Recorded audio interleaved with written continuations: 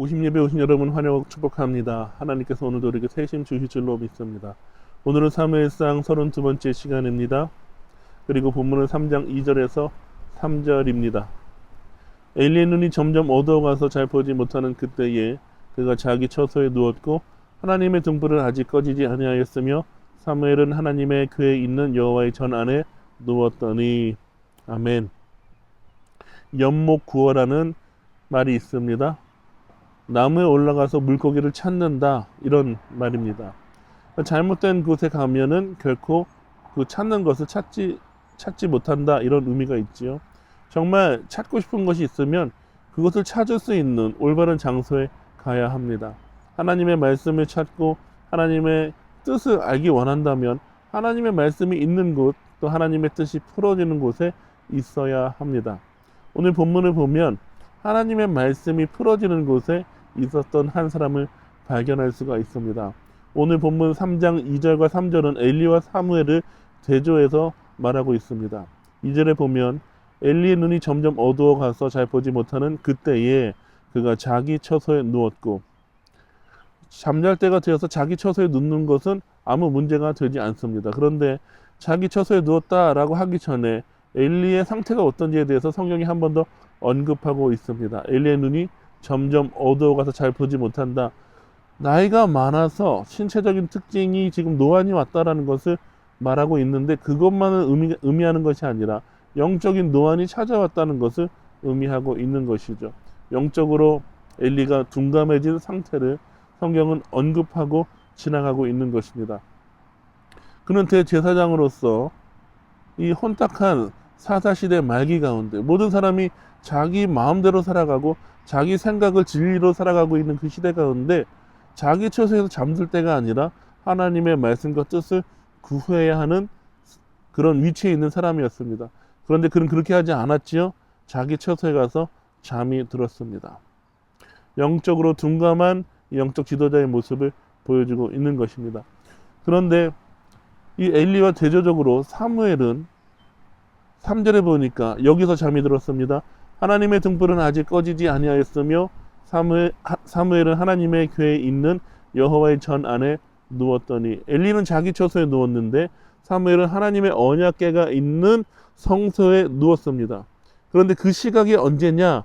하나님의 등불은 아직 꺼지지 아니하였으며, 하나님의 등불은 이 성소에서 밤새도록 불 켜놓게 되어 있었습니다.